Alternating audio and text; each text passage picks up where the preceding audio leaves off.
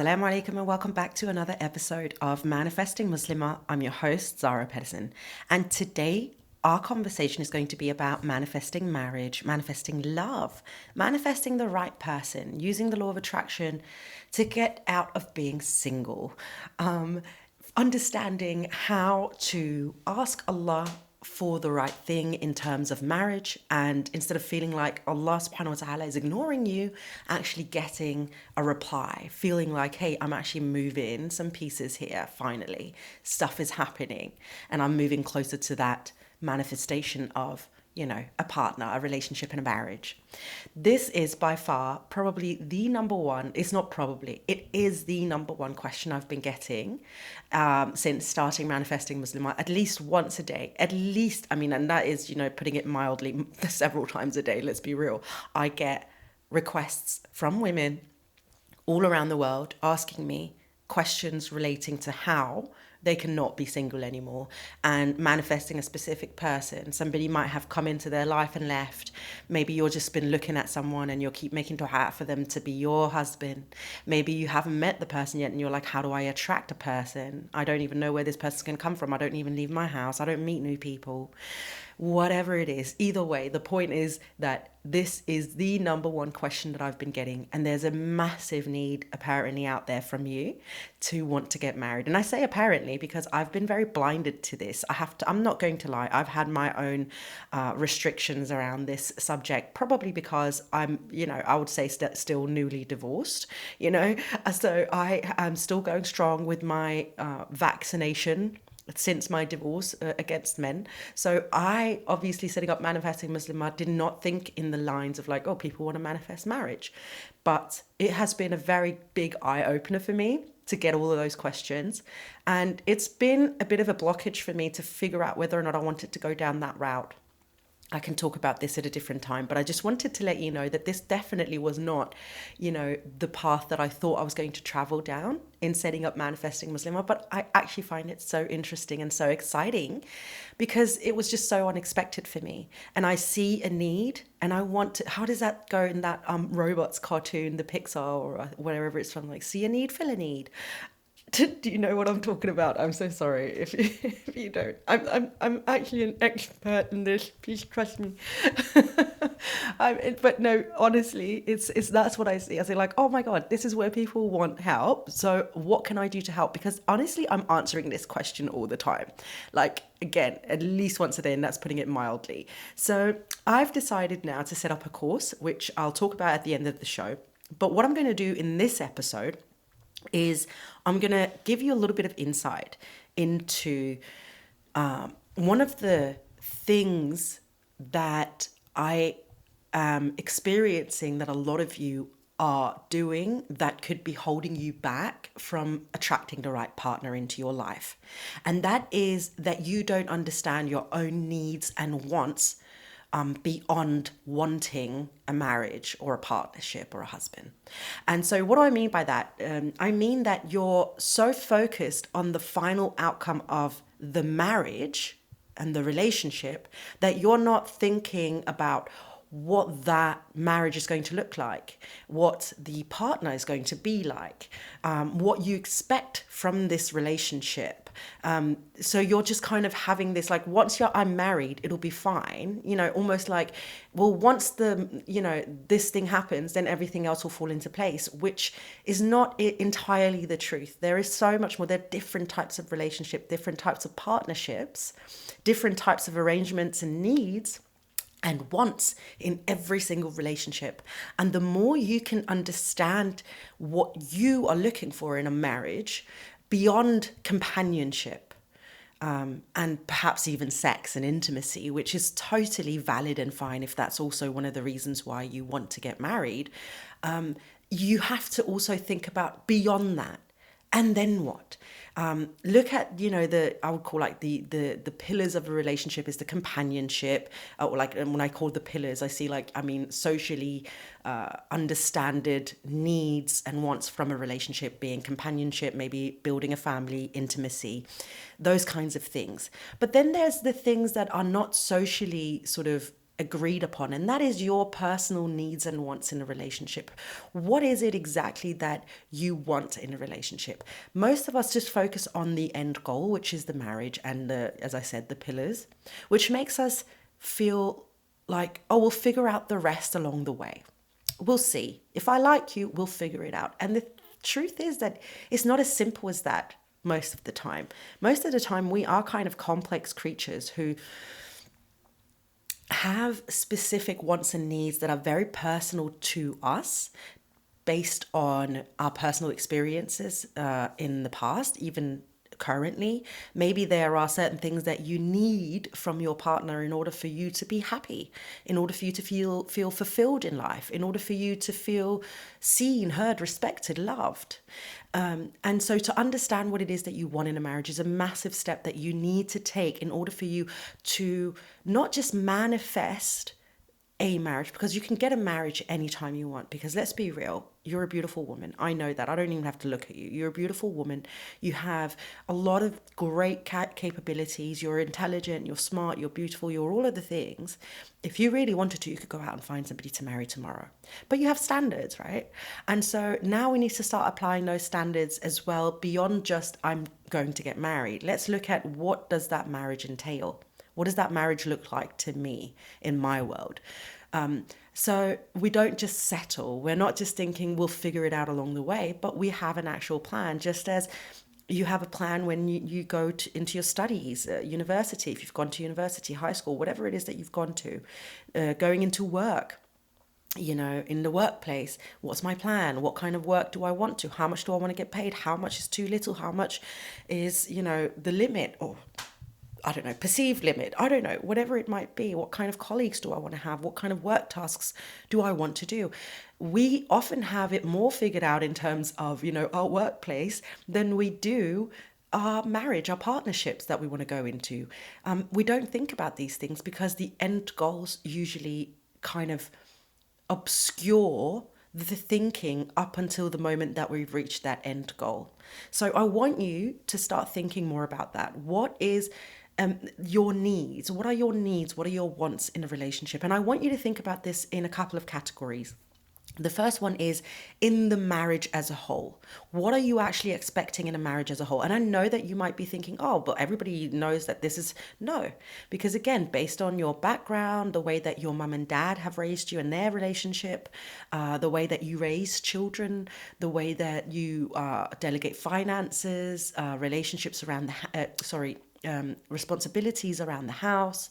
There are so many aspects, and I'm not saying that you have to have it all figured out, but have a little think about what are your expectations, needs, and wants in terms of what a whole marriage as a whole looks like to you.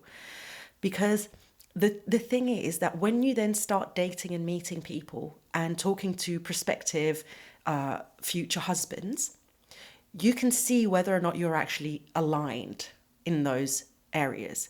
And what you need to figure out is, what are your deal breakers in those situations? What are you looking at in that relationship, and what your expectations are that are, this is a must, this is a deal breaker, I can negotiate on this, this is not as important, but it would be nice if it was there. Look at it in ways where you now understand and know what you're willing to negotiate on with a future husband. Things that are complete deal breakers to you, where like, nope, I absolutely believe in not striking my children. And if I'm sitting with a partner who says, no, we definitely need physical corporal punishment or whatever, maybe you'll see that and, get to asking correct questions when you're getting to know this person, so that you know whether or not there's going to be issues like this, problems like this, once you're in the marriage. This is very important. And you're not going to, I know a lot of people will be like, well, I'll figure that out, like, as we're dating, we're getting to know each other. Yes, I there's some things that you can, figure out as you're getting to know each other. But there are certain things that you already know, like, probably that you want to marry a Muslim. And this is, in many cases, I shan't speak on your behalf. Shan't. Oh my God, la-di-da. No, but I shan't speak on your behalf. But most of us who are Muslim will want to marry a Muslim, because we don't want to argue religion. We don't want religion to be an obstacle in our relationships because it means so much to us. We know this, right? So, just as you know that, and that could be a very big deal breaker for you, then there might be other things that are just as big deal breakers for you. And instead of figuring it out along the way and wasting your time potentially going on several dates, maybe even to the point where you're starting to fall in love with the person before you know these things and making it that much more difficult for you to perhaps break ties with this person and move on to the next one. You know these things, you know what to ask for, you know what to look for before you start, putting too much time and energy and effort into a relationship that you probably already know is going to be doomed. So that's the first thing. Figure out what it is that you want in a marriage as a whole. The next thing I would say is in, the family values. What are you looking for in a family? Like, do you want the same amount of children? Do you want to raise them the same way? Do you want to live in the same places around the world? Like, what are the family values? If the husband says, hey, I'm going to go take a job in Australia. I don't know if you're listening from Australia, but if you are they going to take a job in America? Are you willing to move with a family? Would you like to stay with the family? How about your own family, your blood family versus and his blood family? And how much, family values do you have in common? Again, it's not that you have to be two peas in a pod. You don't have to agree on everything, but to have a relatively good understanding from the get-go of where you're both standing leaves you from having perhaps very uncomfortable conversations when both of your parents reach a specific age and you're thinking about, okay, are we going to put them in a retirement home or are we going to put them up in our guest bedroom? What's the plans? Because these are the kinds of things that create a lot of tension in a marriage. And I know a lot of people, again, will say, well, I'm young, these things are going to happen way in the future. Still, it'll be nice to have some type of understanding of where this relationship is heading and whether or not you're on the same track. Another thing that is very, very big is understanding what your needs and wants are in terms of the person themselves. Now, I know that there's a lot of us are like, well, he has to be tall, he has to be, looking good, blah, blah, blah. Listen, this is fine. I'm totally okay with you, physically wanting a man to look a specific way. And in fact, I would say don't settle, you have to have sex with this person, for the rest of your life. And so please don't find somebody where you're going to literally like upchuck every time you have sex with him a little bit in your mouth because you're like, ugh, but I have to get it over with because he's a good man or whatever. Like, he's a good man, Savannah. I'm too much on TikTok. I apologize, but it is what it is. Also, if you heard that was my chair. Or did I fart? Or did I fart and cover it up saying it was my chair? We will never know. Oh my God, I've got issues, girls. I've got issues. Anyway, the point is you want to make sure that you are physically attracted to a person, of course, but beyond that, what are the qualities that you want in a man? The qualities that you want in a man will mean so much in terms of the kind of partner that you're going to attract and the way that you're going to vibrationally align yourself with the person you want to attract.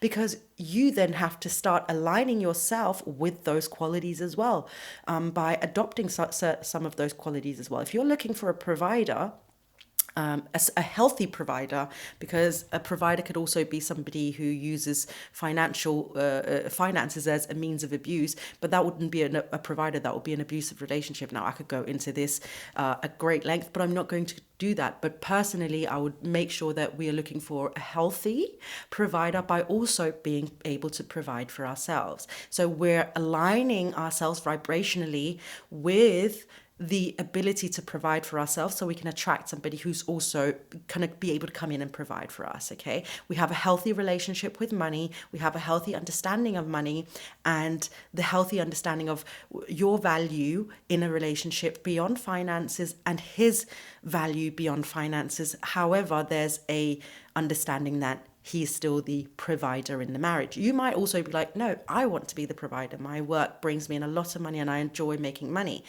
Having these conversations, understanding the things that you're wanting in a partner.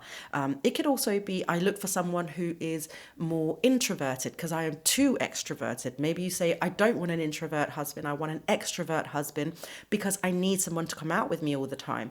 Maybe you want somebody who has a great sense of humor because you love to laugh a lot with your partner. Maybe you don't like laughing. Maybe you're like, oh, I hate comedic type men because I'm more of a serious kind of girl. You know, figure out what are the attributes that you're actually looking for in a partner. What would bother you? What wouldn't? And again, what's a deal breaker and what isn't? Because while some of us might say, well, I love a charitable person and I give to charity. If a person's giving to charity to the point where you don't have money to look after your own finances anymore, that could be problematic, right? So we want to make sure we understand what are the deal breakers, how much is too much. We need to have an understanding. Some people are very organized and are looking for another person who is equally as organized so that they don't feel like they're the only ones who have to be on top of their shit in the household and stuff. Or some people might be like, I need someone to help me relax more on my organizational level, so I need someone who's a little bit more relaxed but still gets things done. But it's so important to understand these things, because otherwise you might end up in a situation where you attract just the first person that comes in because you're like, I just need someone, I just need someone. And so you'll just kind of settle, and you'll start settling also on your needs and wants in a relationship. And then you'll end up in a relationship where your needs are actually not fulfilled. You don't feel loved the way that you need to feel loved, and you might feel neglected or not respected in the relationship because there are certain things that you haven't been able to communicate, or you've along the way been letting go of, or kind of, you know, moving your boundaries around to accommodate the person that's then come into your life. And we don't want to do that. Sometimes we can, but once we know and understand within ourselves what is acceptable for me to give on, you know, where do I feel like, okay, I will move certain boundaries of myself for this in this situation, but not in that situation. This is very important. This is a deal breaker to me. That is not acceptable.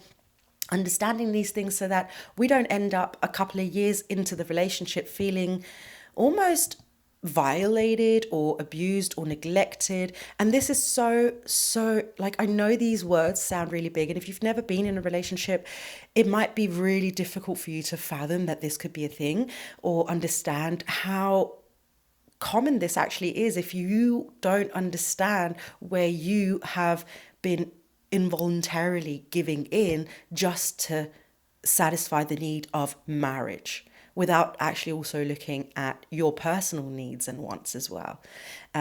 So that's another thing that I would invite you to look at. You know, what are you looking for in a relationship with the person? Who is the person that you want to be with? What kind of person can't you be with? Maybe, you know, it could also be certain things like the person's job could be a thing. If they're a politician or they're constantly in, you know, debating and writing articles, but you really want to be kind of live a quiet life somewhere very unknown, anonymous, then that probably won't be the right person for you, because that person will probably seek out, you know, chances to get on the platform and speak, or the other way around, that you want to do that and you don't want somebody who wants to live a very quiet life. That, you know, so think about these things. These are very important things that also help shape the kind of relationship that you want to go into.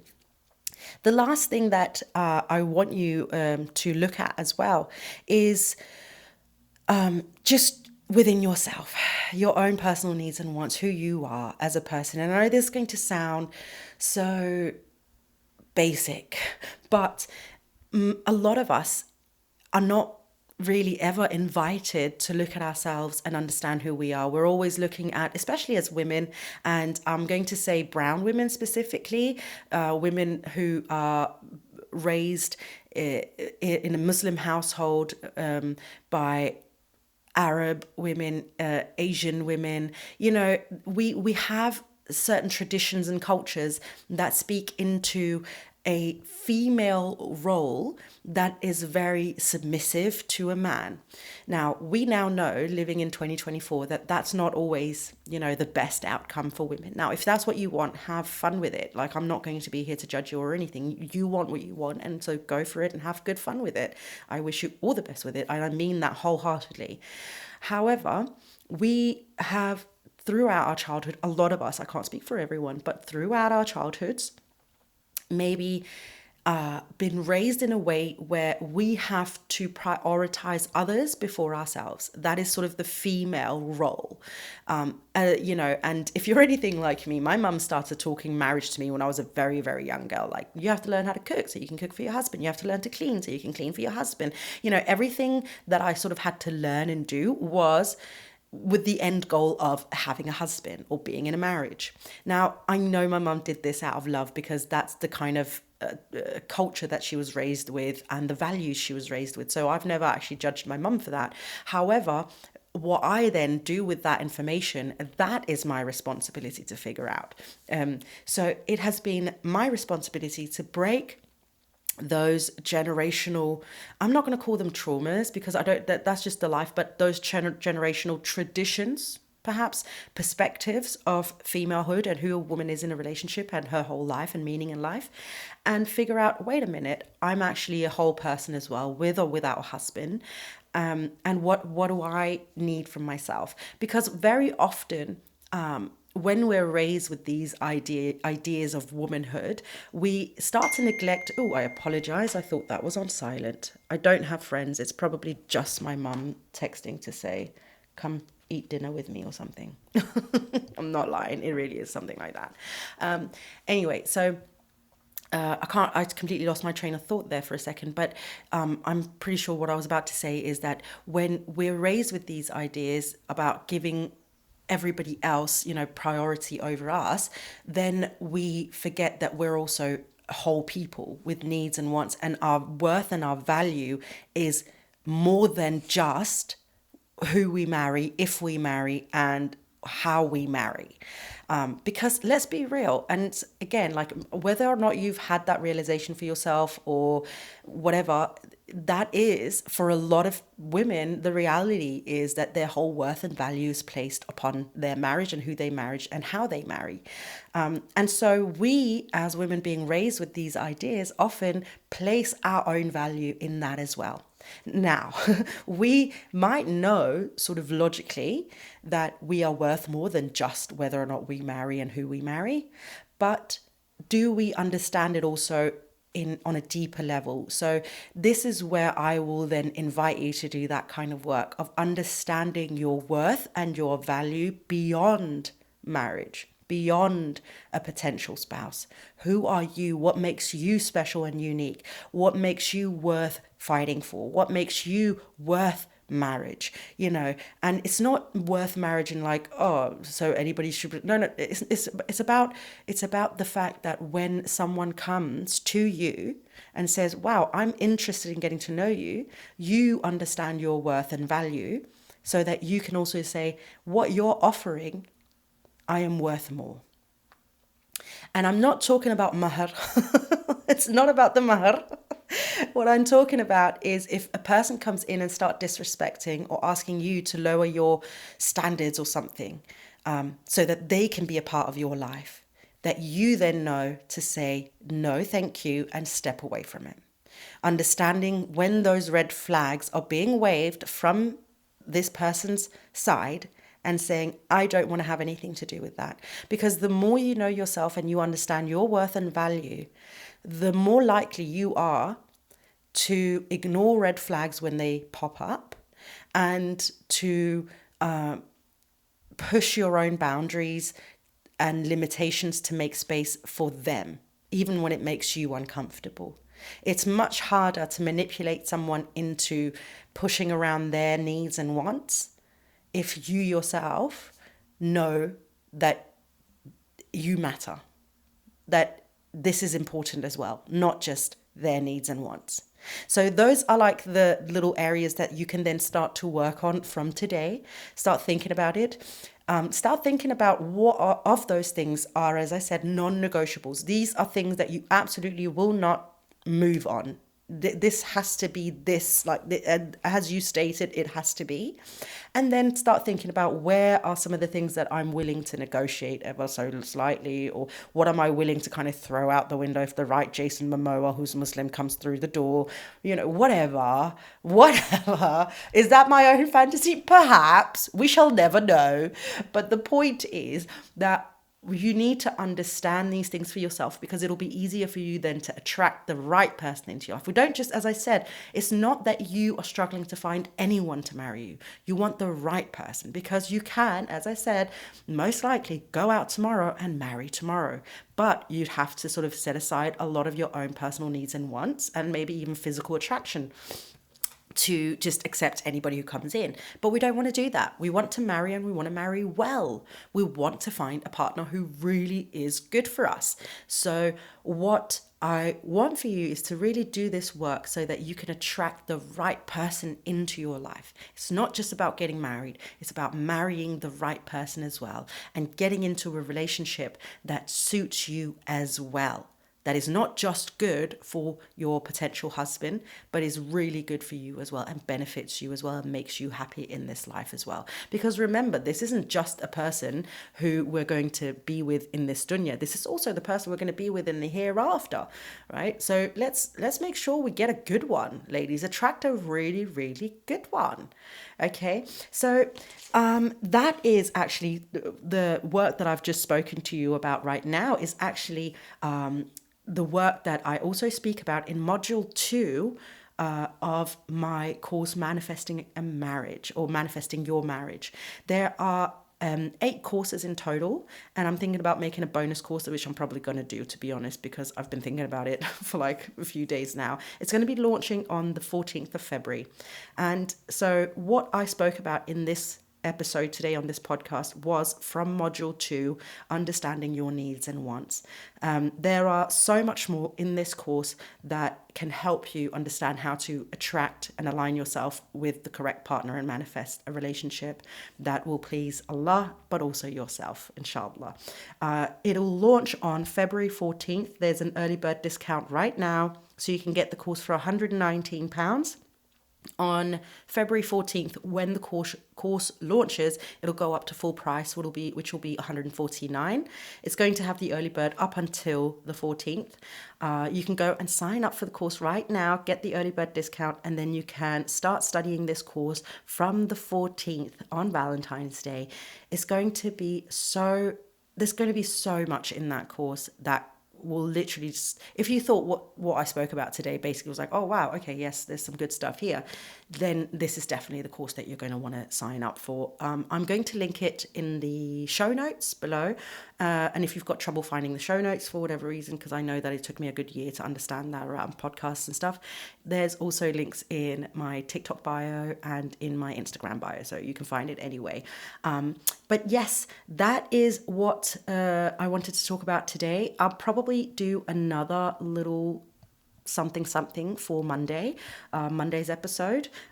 Wait, let me just see here real quick. Yes, because on Monday, then there'll be 2 days until the launch. So we're going to probably talk a little bit about one of the other topics as well.